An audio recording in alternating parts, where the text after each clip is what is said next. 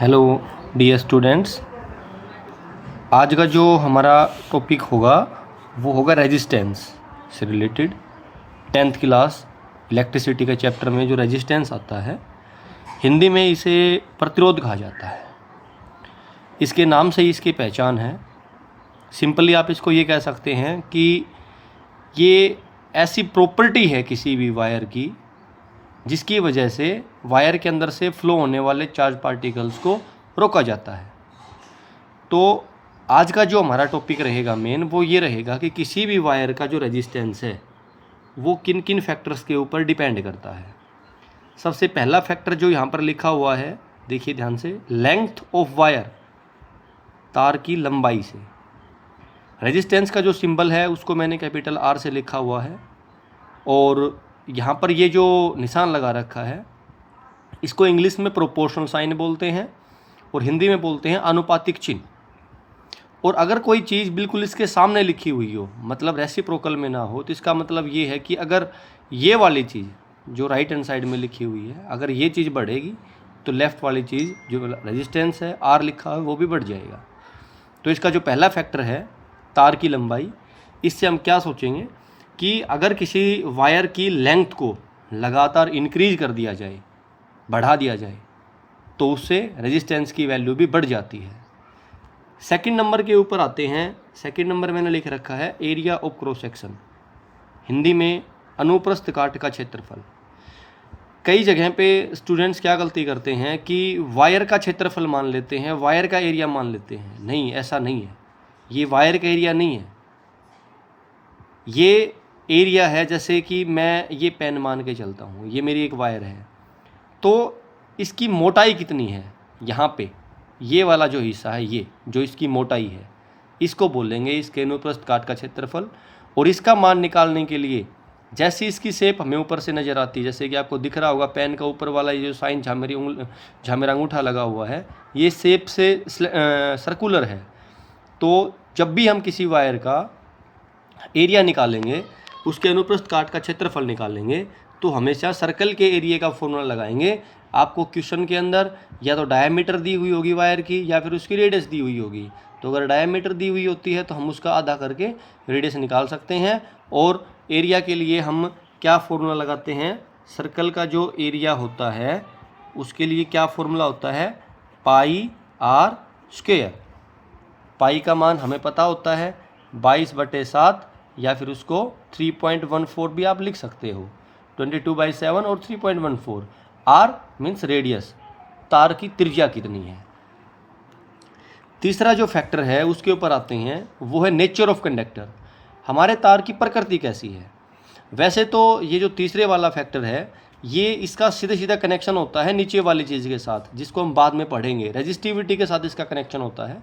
लेकिन फिर भी एक बार इसको हम देख लेते हैं कि नेचर ऑफ कंडक्टर, यहाँ पर अगर हम टेम्परेचर लिखें, टेम्परेचर ऑफ वायर, तार का तापमान, ये बहुत बड़ी चीज़ है। 10th क्लास के अंदर ज़्यादातर इसके बारे में नहीं पूछा जाता, सिर्फ नेचर ऑफ कंडक्टर लिख के उसको छोड़ देते हैं। लेकिन वो नेचर ऑफ कंडक्टर किस चीज़ से रिलेटेड है, आपके तार के तापमान के साथ रिलेटेड है। आपके वायर का टेम्परेचर कितना होता है उस पर डिपेंडेंट करता है। जैसे कि मान के चले हमारे पास एक लोहे की वायर है, और अगर उस लोहे की वायर को हमने गर्म कर दिया तो एक टाइम ऐसा आएगा कि वो मोल्टन स्टेट में चली जाएगी। तो आप ये मान के चलें, मतलब पिघल, मोल्टन स्टेट का मतलब वो पिघल जाएगी। तो वो सॉलिड स्टेट से एक तरह से मान के चले कि लिक्विड स्टेट के अंदर वो आ चुकी है। अगर उसका स्टेट चेंज होती है तो आप ये पक्का कह सकते हैं कि उसका रेजिस्टेंस है वो भी किन्हीं ना किन्हीं मायने के अंदर वो बदल जाता है। तो तीसरा जो हमारा फैक्टर होगा वो नेचर ऑफ कंडक्टर, जिसको हम वायर के टेम्परेचर से भी जोड़ के लिख सकते हैं। अगर हम ये जो फैक्टर ऊपर लिखे हुए हैं मेनली दो, नंबर 1 एंड नंबर 2, अगर इन दोनों को एक साथ जोड़ के लिखें, कंबाइन करके लिखें, तो मैंने लिख दिया, इक्वेशन बना दी, R directly proportional to L divide by A।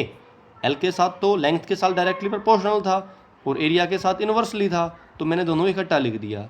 अगर हम यहाँ से प्रोपोर्शनल के साइन को हटाते हैं और इज इक्वल टू का साइन लगाते हैं, तो हमें एक कांस्टेंट टर्म का यूज करना पड़ता है, ताकि दोनों लेफ्ट हैंड साइड और राइट हैंड साइड दोनों की दोनों साइड हैं वो एक तरह से बराबर हो जाए। तो R is equal to rho L divide by A, इसको बोलेंगे रो। और ये किसका सिंबल होता है? ये रेजिस्टिविटी का सिंबल होता है, प्रतिरोधकता। जैसे कि क्रिया विशेषण, मीठे का मिठास, खट्टे का खटास, चालक का चालकता, तो वैसे ही प्रतिरोध का प्रतिरोधकता। तो ये एक तरह से किसी भी वायर का किसी भी तार का जो रेजिस्टेंस होता है ये उसकी प्रॉपर्टी है, ये उसका क्रिया विशेषण, उसका एडजेक्टिव हम इसको बोल सकते हैं। और किसी भी वायर की जो रेजिस्टिविटी है वो सिर्फ और सिर्फ नेचर ऑफ कंडक्टर के ऊपर ही डिपेंड करती है कि आपकी वायर का टेम्परेचर कितना है, किस हिसाब की आपकी वायर है वो किस मेटल से बनी हुई है, वो कॉपर है, वो आयरन है, एल्यूमिनियम है, सिल्वर है। हर किसी के लिए रेजिस्टिविटी की वैल्यू अलग अलग होती है। कई बार बोर्ड एग्जाम्स के अंदर इस बात के बारे में जो एग्जामिनर है वो क्वेश्चन को घुमा देता है। वो लिखता है the resistivity of a wire depends on following factors. किसी भी तार की प्रतिरोधकता निम्न कारकों पर निर्भर करती है। तो वहाँ पर हमसे गलती क्या होती है कि हम रेजिस्टेंस और रेजिस्टिविटी इन दोनों के बीच में ज़्यादा फ़र्क नहीं कर पाते, और इसी वजह से हम यहाँ जो क्वेश्चन होगा ऑप्शन जो होंगे उनके अंदर length of the conductor, area of the conductor, number C के ऊपर आ गया, both A and B, D के ऊपर आ गया, नन ऑफ दीज। तो हम क्या करते हैं, हम सी वाला जो ए और बी जिसके अंदर दोनों आते हों उसको टिक कर देते हैं और हमारा जो आंसर है वो गलत हो जाता है। तो हमेशा इस बात के बारे में ध्यान रखें कि रेजिस्टेंस और रेजिस्टिविटी इन दोनों के जो ऑप्शन आए तो दोनों को अच्छी तरह से पढ़ना है और अच्छी तरह से उनको सोल्व करना है।